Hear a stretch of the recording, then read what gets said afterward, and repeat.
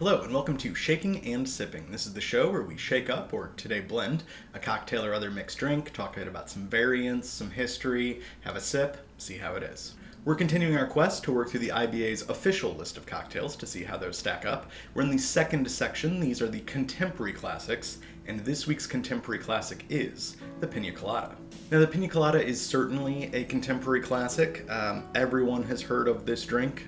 It's very famously in that song that is actually subtitled the Piña Colada song, because no one remembers that the name of the song is Escape.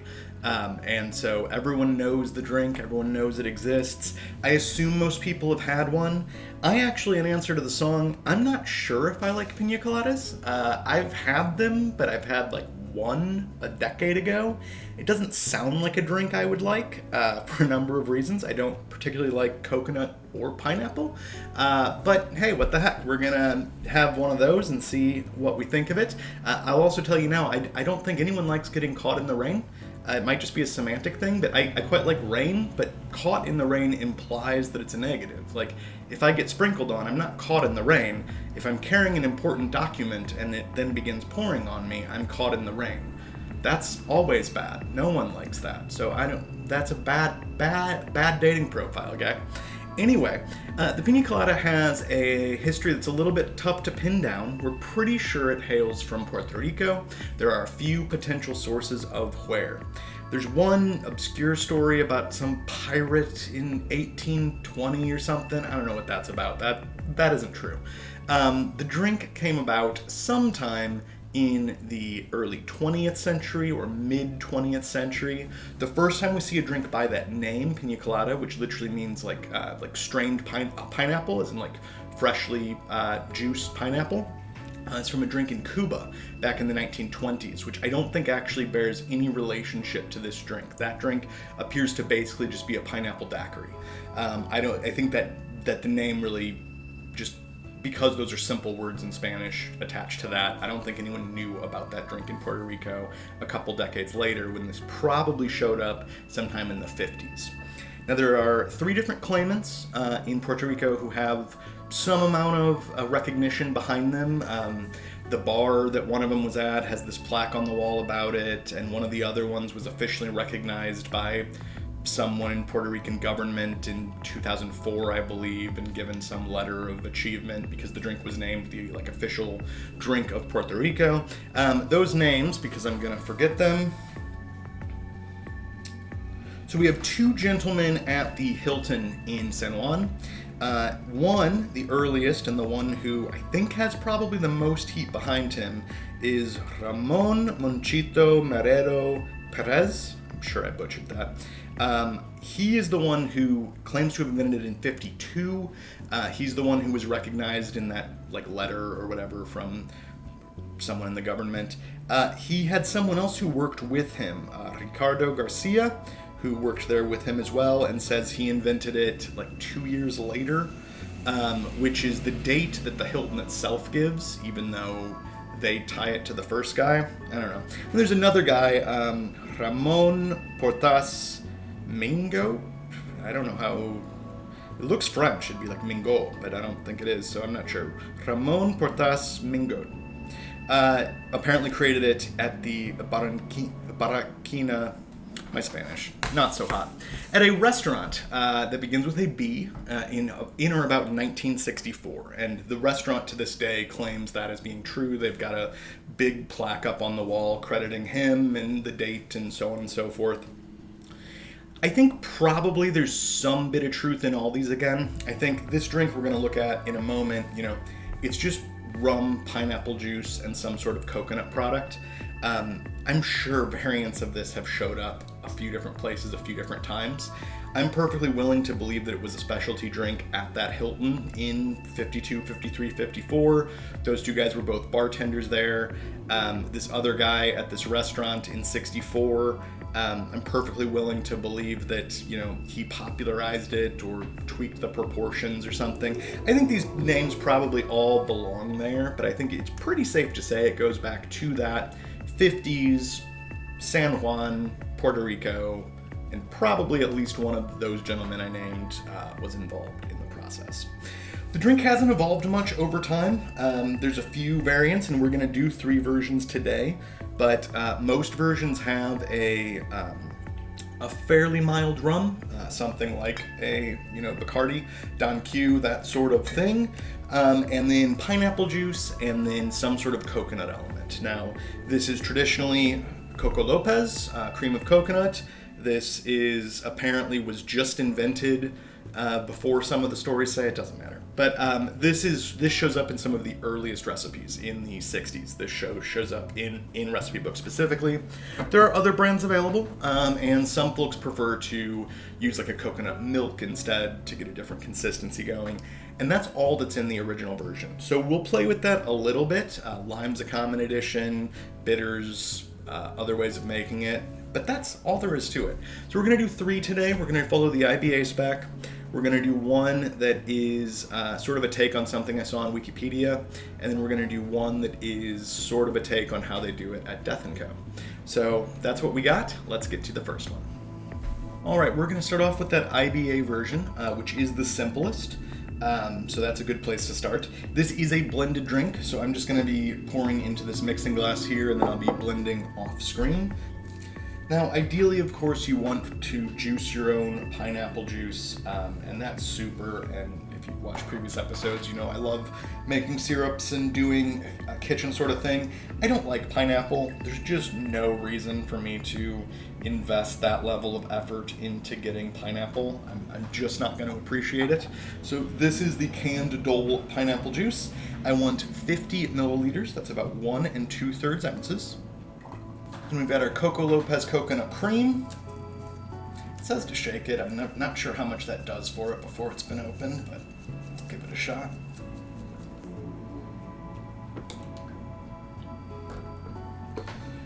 So it's pretty thick. It has not been in the reefer or anything, but it's still fairly thick. This stuff gets a little bit easier to work with the hotter it is. So if you're actually at a beach bar or something, this is actually easier to deal with.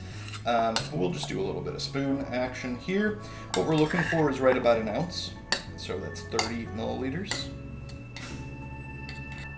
Editing room, Steven here.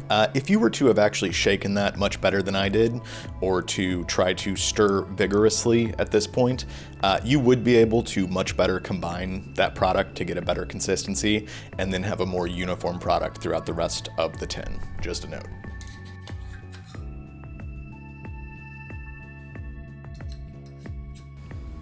And obviously, if you're not doing this on camera, just put this directly into your blender, because now I'm going to have to scrape this out into the blender in a minute. So no reason to go through that extra effort if you don't have to.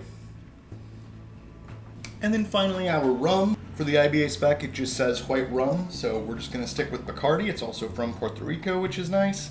And this we want 50 milliliters, just like we did of the pineapple juice. So 1 2/3 ounces. I think you could bump that up to, say, 60 milliliters or 2 full ounces, but I'm going to stay pretty close to this. That was maybe just a few extra milliliters, but pretty darn close.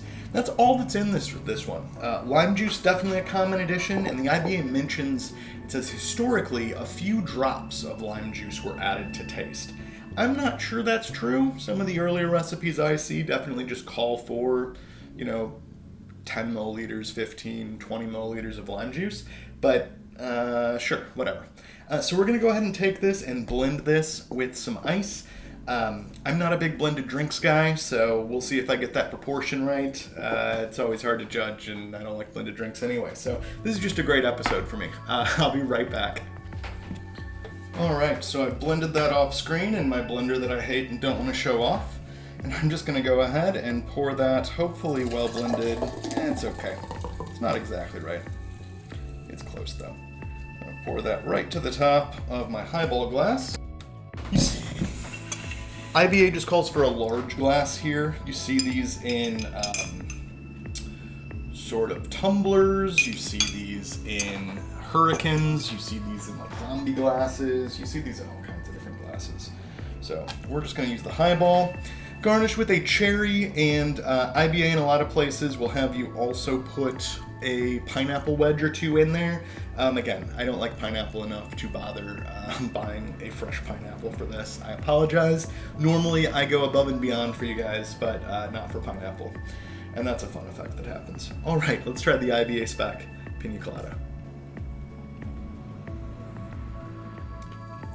Yep.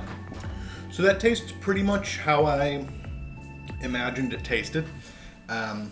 It's semi-sweet pineapple, a little bit of coconut, sort of lingers back of your palate. There's not really rum, but the sweetness is in there. It's not overpoweringly pineapple. Like I don't hate it. And just the fact that I don't love any of these flavors on their own, I don't love them together.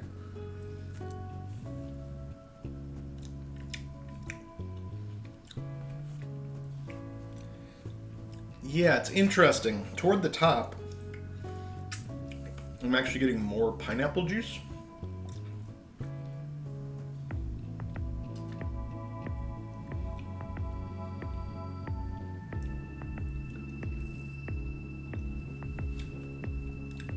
Further down, I get a little more coconut.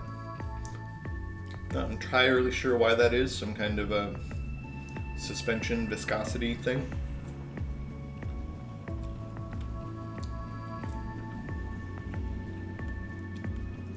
Yep, there's not much to say about this.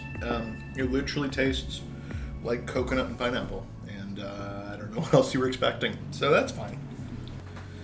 Alright, so version number 2 is very similar, but we're going to just do it a little bit differently. I'm basing this roughly on something I saw on Wikipedia. I'm going to change part of the recipe, but their idea, which I thought was interesting, was to use pineapple ice cubes instead of having to add ice to blend with.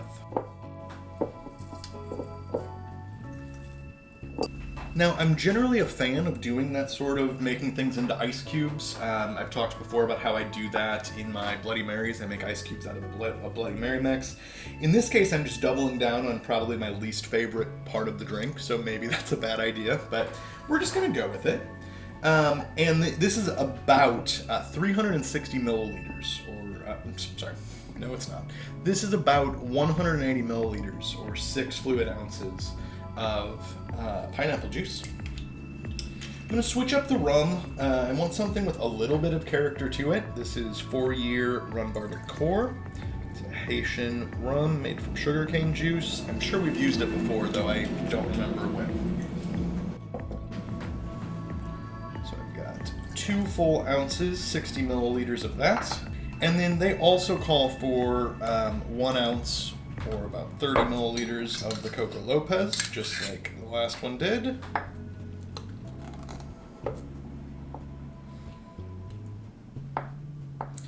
That's about it.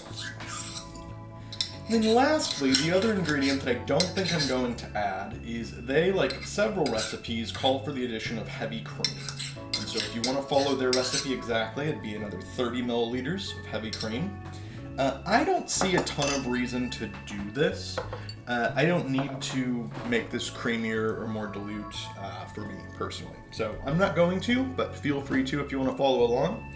I'm going to give this one a blend and be right back. And this one I'm going to throw into this burgundy glass. Kind of mimics a hurricane, though we're not going to fill this glass by any means. And I certainly would not want that amount of Piña Colada, but I don't have a right-sized glass for this. So we're using the little guy, or the big guy, with the little amount. You know what I mean. Then this one, just tweaking things up a little more, I'm just going to juice a little bit of lime right over the top. And then I'm going to garnish with a lime on the wheel. And then we'll throw in one of our maraschino cherries. We're not going to really see it until later, but I want to get some of that juice up on top.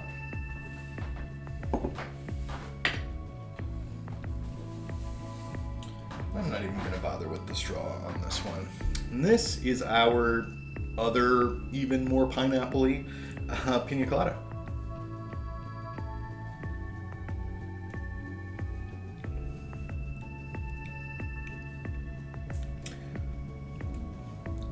It's very pineapple-y. possibly even more so than the last one.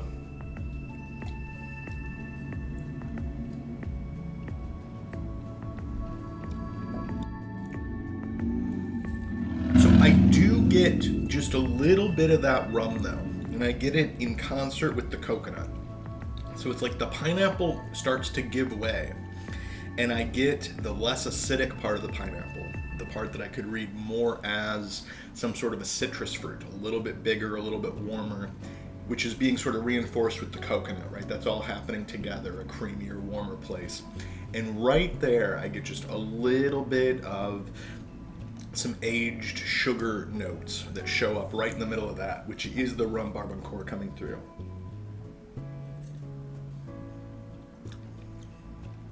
I like this quite a bit more than the first one. Actually, even though there's more pineapple in it, for some reason, having less dilution, it tastes more of a thing, I suppose, and then I think the rum is also helping. This is not bad. I don't think I'll ever make it again myself. Could I get one of these down on a sufficiently warm, tropical sort of experience? Yes, I could. All right, for my final version, we're gonna do one that I hope I'm gonna like a little more. We're about to find out. This is loosely based on the version in the first Death & Co. book. It's not exactly theirs because I don't have exactly what they used and I want to change it a little bit from that, but it's similar to that, so get that book if you're interested. All right, this one already starts off well with a couple dashes of Angostura Bitters. My favorite thing. We're going to add to that 30 milliliters of our pineapple juice.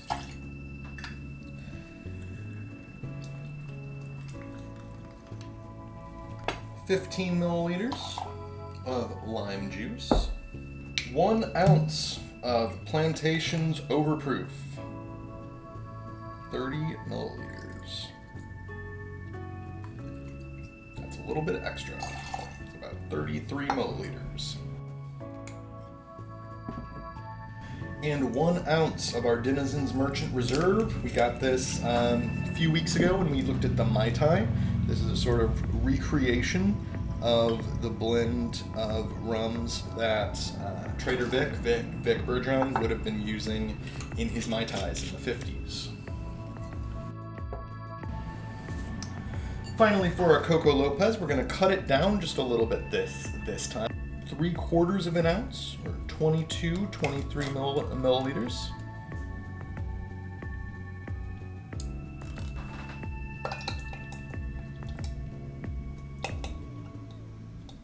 We'll get in with some ice. Give this a shake.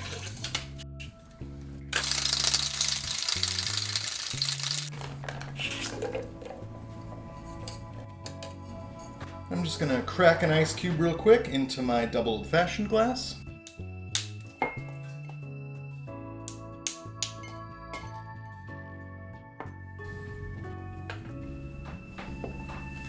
Alright, I don't want like crushed ice here, I just want sort of medium to large ice cube bits. I'll go ahead and strain that.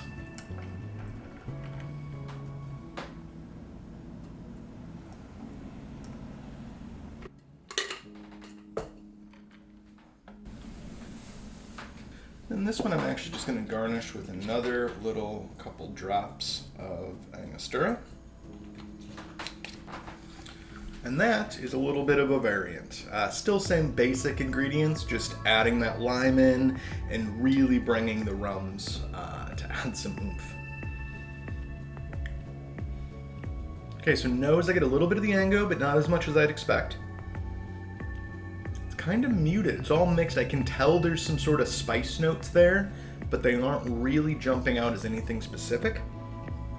Yeah, there's a little bit of sweet, a little bit of spice. Ooh, okay.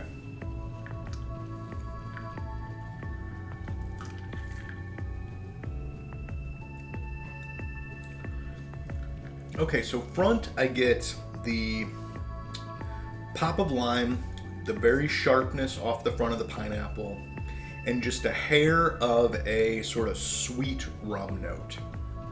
As we go back, pineapple opens up. It's more of that warm pineapple place, and I get a bunch of the Overproof, a little bit of heat, a little bit of that kind of dark spice, burnt sugar thing happening. Rolls a little bit further back, I read just a hair of the coconut, but not enough to annoy me at all. And then just a very little bit of rum burn, but not in an uncomfortable sort of way. Yeah, with still just a little bit of citrus hanging out in the back. I think it's the lime more than the pineapple, but they might be working together there. This is quite nice. Still isn't going to become a go-to for me. I like pineapple in cocktails in something like a Jungle Bird, where you're setting it off with something very bitter. I think it works well there. Somewhere like here, where we're in a sort of, rum place, not a bitter place, sweet, lime, pineapple, it still isn't really the right mix for me, but this I quite like. I'm sure I'll get around to finishing all of them, but the other two are going to hang out in the fridge while I clean up and do other things. This one is going to go away real soon. Well, thanks so much for coming along this week as we tried to like Piña Coladas and did not get stuck, or caught, whatever the words are, and did not end up in any rain. It wasn't really for me, but these aren't bad. I get their place. If you're into them, make them. Nothing wrong with this. If you haven't tried one somehow and you want to, if you like coconut and you like pineapple, I'm positive you're going to like it. If you're not into either of those flavors, maybe not. Please do all the classic YouTube things like share, subscribe, tell people about it, leave a comment. I would appreciate it. Visit the blog at shakingandsipping.com. We have a write-up on this and each other drink. Many weeks we have IBA in real life the day after the episode posts.